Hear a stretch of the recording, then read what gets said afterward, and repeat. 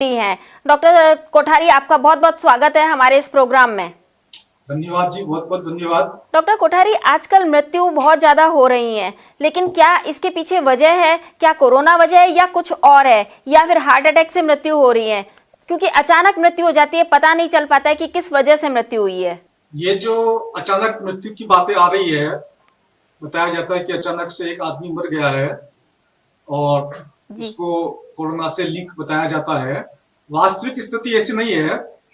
अचानक मृत्यु पहले भी होती आई है, अभी भी होगी, आगे भी होती रहेगी। हम लोगों को जानकारी नहीं थी क्योंकि मीडिया हमको बताता नहीं था कि इस प्रकार से अचानक लोग मर रहे हैं। अब देखिए, एक वेबसाइट है journal of the emergency medicine, उसमें एक डॉक्टर के लिए ये कहा गया है कि अगर कोई डॉक्टर किसी ऐसे मरीज के घर पहुंचता है जो पल्सलेस है, रेस्पिरेशन नहीं आ रही है, कोलैप्स हो गया है, उसकी वाइफ सीपीआर लगा रही है, ऐसी स्थिति में उसके दिमाग में कौन से कारण आने चाहिए, मृत्यु होने वाली है या मृत्यु होगी, तो कौन से संभावित कारण उसके दिमाग में आने चाहिए। तो पहली जो बात है वो एरिथमिया। एरिथमिया मतलब होता है दिल की धड़कन का अनियमित होना। किसी भी कारण से किसी स्वस्थ व्यक्ति की, युवा व्यक्ति की दिल की धड़कन अचानक से अनियमित हो सकती है, जैसे कि इलेक्ट्रोलाइट इम्बैलेंस। इलेक्ट्रोलाइट होता है सोडियम, पोटेशियम, कैल्शियम, मैग्नीशियम, या मान लीजिए किसी और वजह से ब्लड का पीएच ही बदल गया तो व्यक्ति की अचानक मृत्यु हो सकती है। जो दूसरा जो कारण जो डॉक्टर को ध्यान रखना होता है कि एक्यूट एमआई, मायोकार्डियल इंफार्क्शन अर्थात हृदयघात अर्थात हार्ट अटैक से लोग पड़ते हैं, इसकी जानकारी सबको है। तीसरा जो महत्वपूर्ण कारण है इंट्राक्रेनियल इमरजेंसी, यानी कि मस्तिष्क से संबंधित बीमारी, खासतौर से stroke, brain haemorrhage, brain infarction, इनसे कोई व्यक्ति अचानक कुछ ही मिनट के अंदर उसकी मृत्यु हो जाती है। चौथा जो कारण बताया गया है कि पल्मोनरी एम्बोलिज्म, जो हमारे दिल से रक्त जाता है फेफड़ों के अंदर शुद्ध होने के लिए, उस दौरान कोई एम्बोलिज्म आ जाए, कोई फैट एम्बोलिज्म, एम्बोलिज्म या कोई किसी और प्रकार का एम्बोलिज्म आकर के लंग्स को डैमेज कर ले, तो लंग्स का वो पार्ट इन्फार्क्शन हो जाता है, और अगर एम्बोलिज्म बड़ा होता है तो बड़ा इन्फार्क्शन भी हो सकता है। उस परिस्थिति में अचानक से सांस नहीं ले पाता व्यक्ति और उसकी मृत्यु हो जाती है।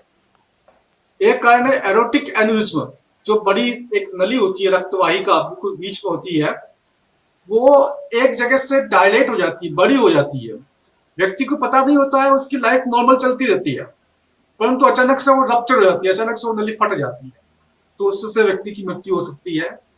छठा कारण जो डॉक्टर को ध्यान रखना है वो शोक, यानी कि किसी की घर में किसी की डेथ हो गई है, किसी के माता की, पिता की, भाई बहन की, या व्यापार में नुकसान हो गया है, या कोई और बात हो चुकी है, शौक लग गया है, उसकी वजह से भी उसकी मृत्यु हो जाती है। तो ऐसे बहुत सारे कारण है अचानक मृत्यु होने के। 5-6 मुख्य कारण मैंने आपको बताए हैं अभी। क्या इस पर भारत में पहले भी कोई स्टडी आ चुकी है? भारत में एक स्टडी है, Indian journal of pathology and microbiology, इसकी वेबसाइट पे आपके दर्शक भी चेक कर सकते हैं, ijpmonline.com। इस पे 7 मार्च 2011 का एक आर्टिकल है, उसमें 18 से लेकर के 35 वर्ष की आयु के बीच के लोगों का स्टडी किया गया जिनकी अचानक मृत्यु हो गई। ऐसे 6453 लोगों पर स्टडी किया गया, युवा थे, 18 से 35 वर्ष के बीच की आयु के थे, और अचानक से उनकी डेथ हो गई। तो पोस्टमार्टम किया गया, ऑटोप्सी की गई। ऑटोप्सी की रिपोर्ट में पता चला कि उसमें से 54.6%, 54%, लगभग 55% लगभग, उनकी जो कॉज ऑफ डेथ था वो इन्फेक्शन था। अब इन्फेक्शन के अंदर फ्लू भी हो सकता है, और फ्लू के साथ में दूसरे वायरस भी हो सकते हैं, बैक्टीरिया भी हो सकता है, टीबी हो सकता है, हेपेटाइटिस हो सकता है, मलेरिया, टाइफाइड, कुछ भी, मतलब किसी भी प्रकार का इन्फेक्शन बॉडी के अंदर है।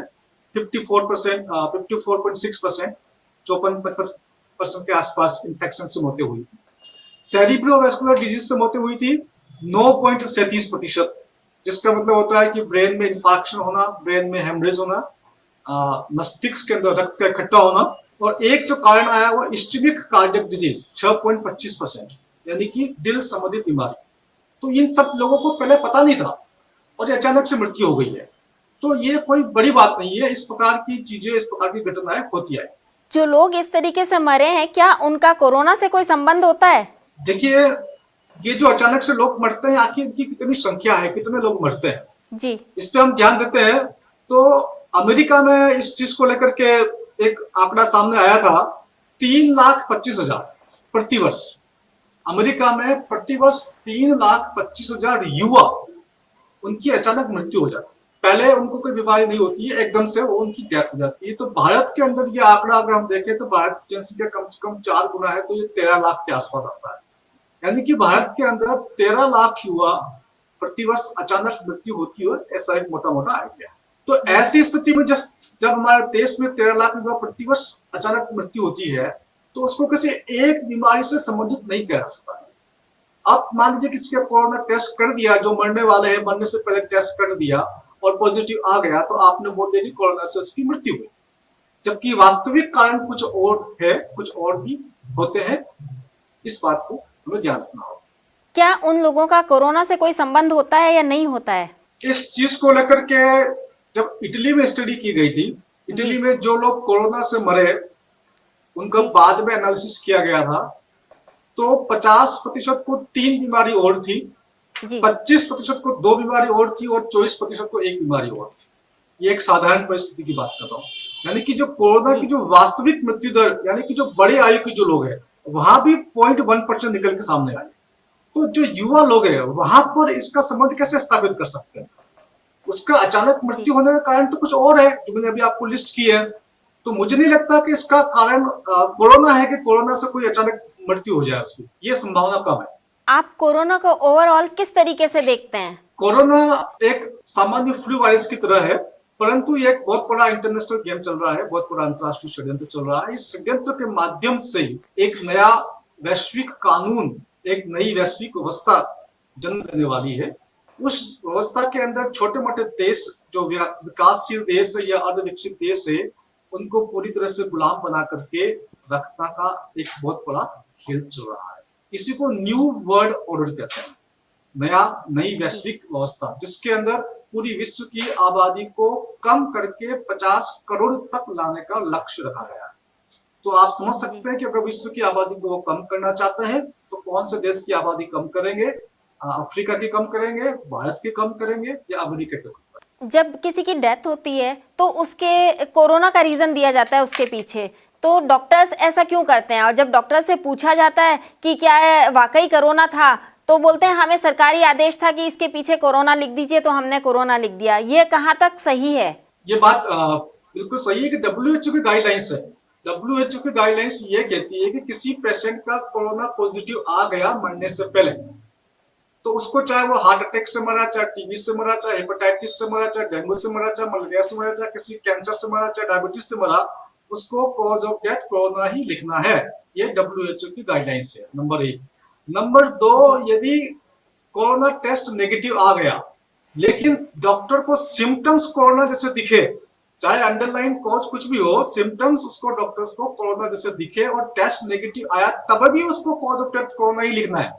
तो ये WHO गाइडलाइंस है। ये गाइडलाइंस हम लोग को मिसगाइड करने के लिए है, ताकि कोरोना डेथ फिगर्स को बढ़ा चढ़ा कर दिखाया जा सके, ताकि आम जनता को डर और भय का माहौल पैदा किया जा सके। तो डॉक्टर इसको मना क्यों नहीं करते हैं? क्यों नहीं कहते हैं कि हम कोरोना नहीं लिखेंगे, जो असली कारण है हम वही लिखेंगे? डॉक्टर्स रूल से बंधे हुए हैं। अगर सरकार ने कोई रूल बनाया है या सरकार ने कोई नियम पारित किया है, तो उस रूल के अगेंस्ट में जाकर के कितने डॉक्टर्स काम कर सकते हैं, ये कहना बड़ा संभव नहीं है। मुश्किल से कोई 1 डॉक्टर 2 डॉक्टर से मिल सकता है जो सच्चाई को सामने रखेगा। अदरवाइज उस रूल के खिलाफ जाकर काम करना किसी भी व्यक्ति के लिए संभव नहीं है।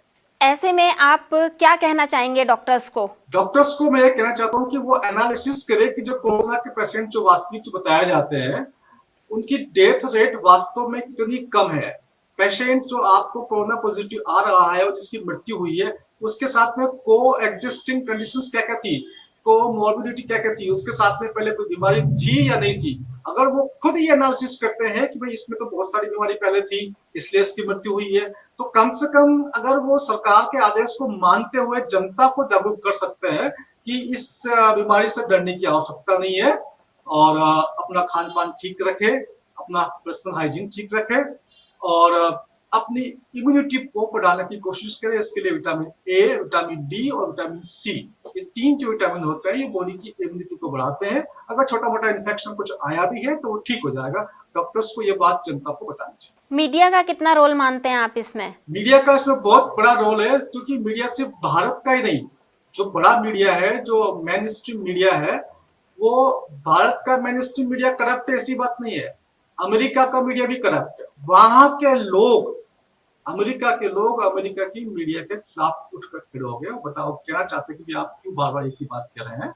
तो पूरे अंतरराष्ट्रीय स्तर पर मीडिया की छवि तो खराब हो चुकी है। मीडिया को आजकल अलग अलग शब्दों से बुलाया जाता है, कोई प्रेस तो कहता नहीं है।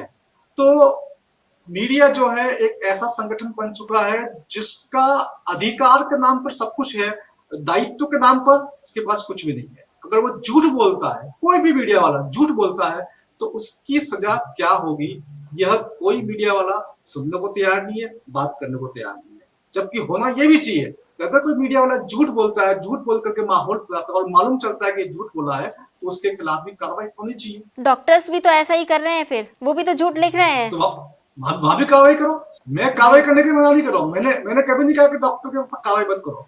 जो झूठ लिख रहा है वो कार्रवाई करो। कोई और झूठ बोल रहा है इसलिए मैं झूठ बोलूंगा, मेरा भी अधिकार है, ये संभव नहीं। जो WHO गाइडलाइंस दे रहा है, क्या उसको फॉलो करना चाहिए? WHO की गाइडलाइंस एक प्रकार की गाइडलाइंस है, लेकिन भारत सरकार कुछ खास तौर से WHO की विशेष बात मानती है, जबकि मुझे लगता है ऐसा नहीं करना चाहिए था। लेकिन इसके पीछे कोई व्यक्तिगत स्वार्थ भी हो सकता है। अभी आपने देखा किस प्रकार से भारत सरकार के एक मंत्री को WHO में बड़ी जिम्मेदारी दी गई। तो कई बार व्यक्तिगत स्वार्थ के लिए भी किसी संस्था से जुड़ता है, उसकी बात को मानता है।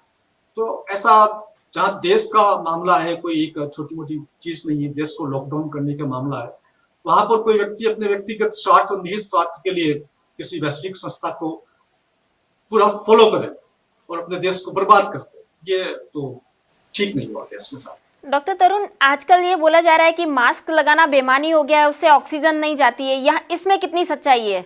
मास्क लगाने की बिल्कुल आवश्यकता नहीं है। मास्क आपको नहीं बचा सकता। ये बात तो मैं फरवरी और मार्च के महीने से समझा रहा हूँ लोगों को। मास्क की पोर साइज जो होती है वो 500 नैनोमीटर से 1000 नैनोमीटर के बीच में होती है। सबसे बेस्ट क्वालिटी का भी 350 से ऊपर होता है। ऐसी स्थिति में कोरोना वायरस की साइज 100 नैनोमीटर होती है। वो आपको मास्क किसी भी कीमत पे आपके कोरोना वायरस को फिल्टर नहीं कर सकता।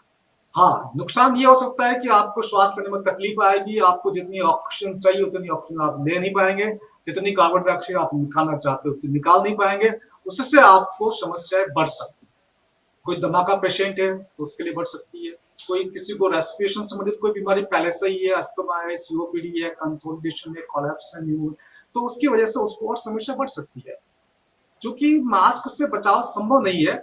इसलिए मैं सबसे कहना चाहता हूँ कि वो मास्क नहीं पहने, परंतु सरकार का नियम है कि मास्क पहनना है। समस्या ये भी है, तो ऐसी स्थिति में कोई बीच का रास्ता निकाले। बाकी मास्क पहनना आवश्यक नहीं है, इससे कोरोना से बचाव नहीं हो सकता। डॉक्टर तरुण, ये भी कहा जाता है कि आप सैनिटाइजर यूज करें। आप ये भी कहा जाता है कि आप जो है साबुन से हाथ धोएं। एक तरफ तो कहा जाता है कि कोरोना की कोई दवाई नहीं निकली, और दूसरी तरफ एक साबुन से हाथ आप धोते हैं 20 सेकंड तक, तो आपके जो है हाथ से कोरोना चला जाता है। ये बात समझ नहीं आई कुछ। आपके हाथों पे मान लीजिए कुछ गंदगी है तो हम हाथ को धोते हैं ना, हाथ धोने से गंदगी साफ हो जाती है। ये सैनिटाइजर लगाने से कोरोना मर जाता है या इनएक्टिव हो जाता है, ऐसी तो कोई बात नहीं है। उससे उसको कोई समझ नहीं है। साबुन से हाथ, जिस प्रकार से हम नॉर्मल एक हाइजीन है हमारा घर परिवार में, हम नॉर्मल साबुन से हाथ धोते हैं, उसी प्रकार से साबुन से हाथ धोना है। उसके लिए कोई अतिरिक्त सावधानी की आवश्यकता नहीं है। और खास तौर से सैनिटाइजर तो बिल्कुल आवश्यकता नहीं है। उसके अंदर अल्कोहल होता है और अल्कोहल हमारे शरीर की इम्यूनिटी को और कमजोर करता है। जो लोग सैनिटाइजर से हाथ धो रहे हैं उनको कोरोना होने के चांस ज्यादा है, और जो नहीं धो रहे हैं उनको होने के चांस कम है। आप जाते जाते क्या संदेश देना चाहेंगे दर्शकों को? आपके दर्शक बिल्कुल निश्चिंत रहें। कोरोना नाम से डरने की आवश्यकता नहीं है। अपने मन से तमाम डर को निकाल दे, अपनी इम्यूनिटी को बढ़ाते रहें, थोड़ा योग प्राणायाम करते रहें। इसके अलावा मानसिक तौर से जहां तक संभव हो सके खुद को संभल रखें, और मीडिया पे, टीवी पे ज्यादा कोरोना कोरोना कोरोना को नहीं देखें, जहां से पॉजिटिव न्यूज आ रही है उसको देखें, नेगेटिव